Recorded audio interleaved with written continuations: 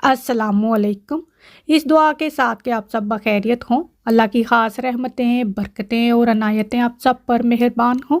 मेरी दिली दुआएं और नेक तमन्नाएं आप सब सुनने वालों के साथ हैं।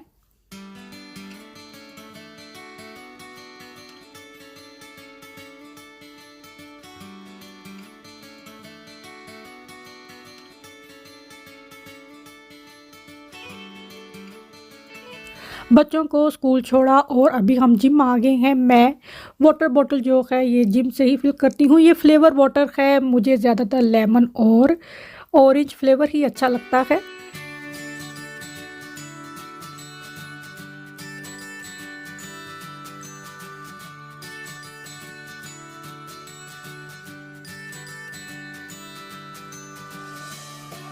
आधे घंटे की मैंने ट्रेडमिल पर जॉगिंग कर ली है। आज मैं एयर रोइंग मशीन पर एक्सरसाइज करूँगी। इस पोजीशन में इसके ऊपर बैठते हैं और ये स्ट्रिंग सी है, हैंडल है इसका, इसको अपनी तरफ खींचते हैं तो ये बहुत प्रेशर से खींची जाती है। ये फुल बॉडी वर्कआउट है, ख़ास तौर पर हेल्दी हार्ट के लिए बहुत ज़्यादा इफेक्टिव है। तो आज मैंने 10 मिनट इसके ऊपर एक्सरसाइज की है। 10 मिनट मैंने क्रॉस साइकिल जो है वो चलाई थी और मेरा जो वज़न है वो 1 हफ्ते में आधा किलो कम हुआ है। ये बहुत ज़रूरी है।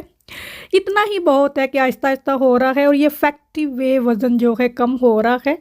और वज़न कम हो रहा है तो इसी खुशी में एक हेल्दी रेसिपी आपके साथ शेयर करते हैं। चूँकि मैं कोई डाइटिंग नहीं करती हूँ, जो घर में खाना बनता है मैं वही खाती हूँ। बस ये है कि मैं एक्सरसाइज करती हूँ तो आहिस्ता आहिस्ता मेरा वज़न कम हो रहा है। और ये मैं ओट के बिस्किट या ओट की कुकीज़ बना रही हूँ। रोल ओट है, कोकोनट ऑयल इसमें डाला है और हनी इसमें डाला है। ये कोकोनट शुगर है। इंग्रेडिएंट्स की क्वांटिटी आपको हस्बे मामूल डिस्क्रिप्शन बॉक्स में मिल जाएगी। ये फ्लैक्स सीड हैं, यहाँ इस तरफ आपको इसका पैकेट भी नज़र आ रहा होगा। ये भी मैं कॉस्को से लाई हूँ। ये मैं जो बेकिंग कर रही हूँ, आई थिंक इसकी 60 to 70% जो इंग्रेडिएंट है वो मैं कॉस्को से ही लाई हुई हूँ। पहले मैंने इसमें कैरमलाइज जिंजर, थोड़ा सा सॉल्ट डाला और पिकान्स, आमंड, वॉलनट और पम्पकिन सीड और ये ड्राई फ्रूट हैं, कॉर्नबेरीज़ हैं, फिग्स हैं, एप्रिकॉट हैं और मिक्स रेज़न हैं। ये सारी इसमें डाल देनी है। और सबसे पहले ये तमाम चीज़ें मिक्स करने से पहले ओवन को 180 डिग्री पर प्री हीट होने के लिए ऑन कर दिया है। अच्छा, अब इसमें आप सब्स्टिट्यूट क्या यूज़ कर सकते हैं। मैंने कोकोनट ऑयल यूज़ किया है, आप ऑलिव ऑयल भी यूज़ कर सकते हैं। मैंने हनी यूज़ किया है, आप गोल्डन सिरप भी यूज़ कर सकते हैं। और नट्स और ड्राई फ्रूट आपकी मर्ज़ी है, आप कोई से भी यूज़ कर सकते हैं। मैंने रोल ओट यूज़ की है, आप पोर्ज भी यूज़ कर सकते हैं इसको बनाने के लिए। ओट की किसी भी किस्म का ओट हो उससे आप बना सकते हैं। ये ऑर्गेनिक है तो कोशिश करें ऑर्गेनिक ही हो।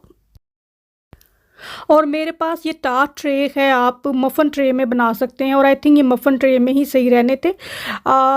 इनको आपने देखा लड्डू की तरह पहले अच्छे से इसको जोड़ लेना है और फिर इस तरह टार्ट ट्रे में इसको, क्योंकि वो पोर्शन बने हुए हैं ना साइज से, तो बड़े आसानी से ये फिक्स हो जाएंगी। और इसको 180 डिग्री प्री हीटेड ओवन में 25 मिनट बेक करना है और इसको बार बार निकाल कर चेक करने की ज़रूरत नहीं है।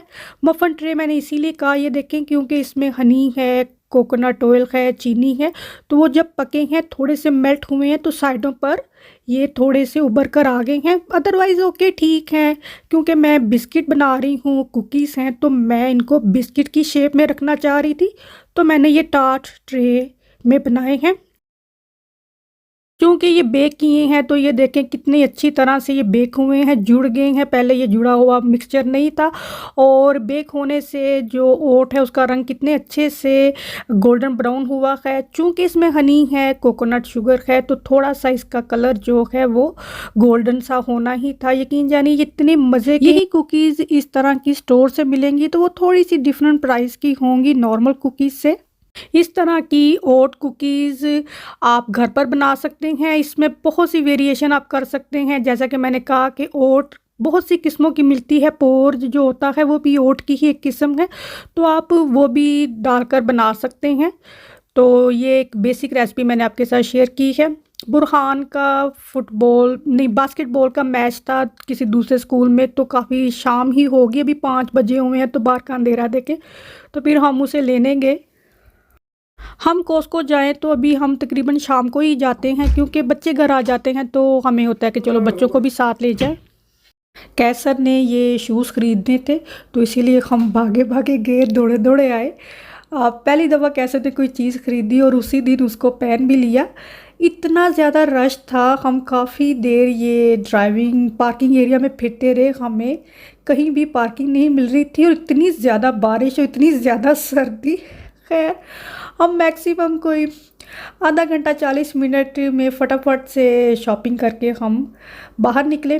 कैसर ने जो शूज़ ख़रीदे पहली दफ़ा उसी दिन लाकर पहनकर बाहर गए। तकरीबन 2-3 घंटे में इन्हें पता चल गया कि ये शूज़ सही नहीं है, क्योंकि ये एंकल शूज़ थे तो एंकल के पास इसका कोई बटन सा लगा हुआ था, वो बहुत ज़्यादा इरिटेट कर रहा था। और अभी नेक्स्ट डे हम दोबारा आए हैं इस शूज़ को वापस करने। तो ये शूज़ रिटर्न करवाए और यहाँ से ये प्लेन पराठा इनकी वेबसाइट पर देखा कैसर ने, तो ये हमने लाकर ट्राई किए। बहुत ही अच्छे हैं ये प्लेन पराठे हैं, वेजिटेरियन हैं।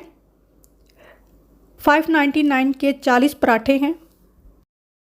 मैं यहाँ पर चिकन टिक्का बोटी हांडी बना रही हूँ। चिकन टिक्के की मैरिनेशन की थी, वो मैंने रात को ही मैरिनेट करके रख दिया था। और चिकन टिक्का इतनी बेसिक सी डिश है, इसकी मैरिनेशन सभी को पता है।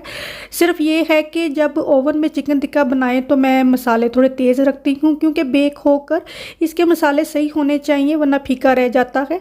लेकिन जब हांडी की सूरत में पकाना है तो मसाले बहुत ज़्यादा तेज़ नहीं रखने, नमक और मिर्च तो मुनासिब से ही रखने हैं, क्योंकि जब इस तरह पकेंगे तो अगर नमक और मिर्च तेज़ होगी तो वो बहुत ज़्यादा हो जाएगी। तो सिंपल इसको हमने कुक करना है, जिस तरह हम चिकन टिक्का बनाते हैं ओवन में, तो इस तरह पैन में हांडी में भी चिकन टिक्का बन सकता है। और इसकी बहुत सारी वेरिएशन आप इसमें कर सकते हैं। जो इसकी बोटी का साइज़ है, यानी कि जो पीस हैं चिकन के, वो छोटे छोटे होने चाहिए, बहुत बड़े साइज़ के नहीं रखने। इसी वजह से ये चिकन टिक्का बोटी हांडी होगी। इसको चारकोल का इफेक्ट भी लगा सकते हैं।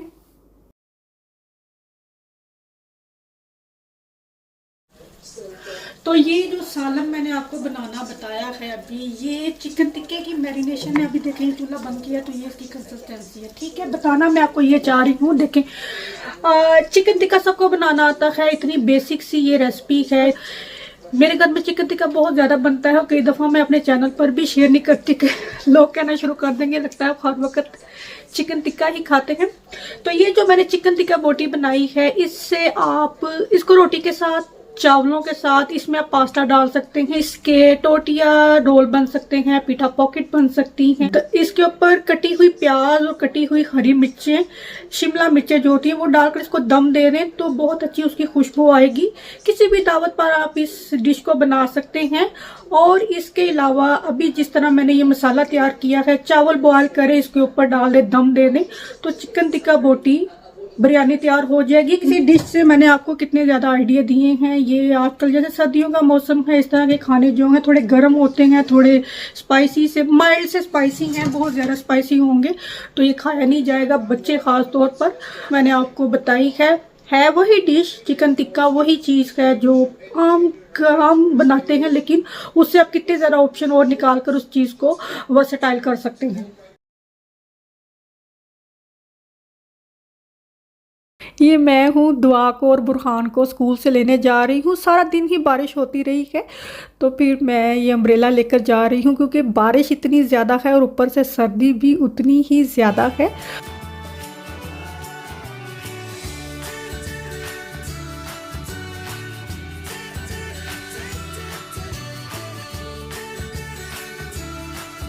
जो चिकन टिक्का बोटी हांडी मैंने बनाई है, उसके मैंने इस तरह से रोल बनाकर बच्चों को दिए हैं। मेरे बच्चे ज़्यादातर बोनलेस चिकन ही पसंद करते हैं तो मैं फिर इसी तरह बना लेती हूँ।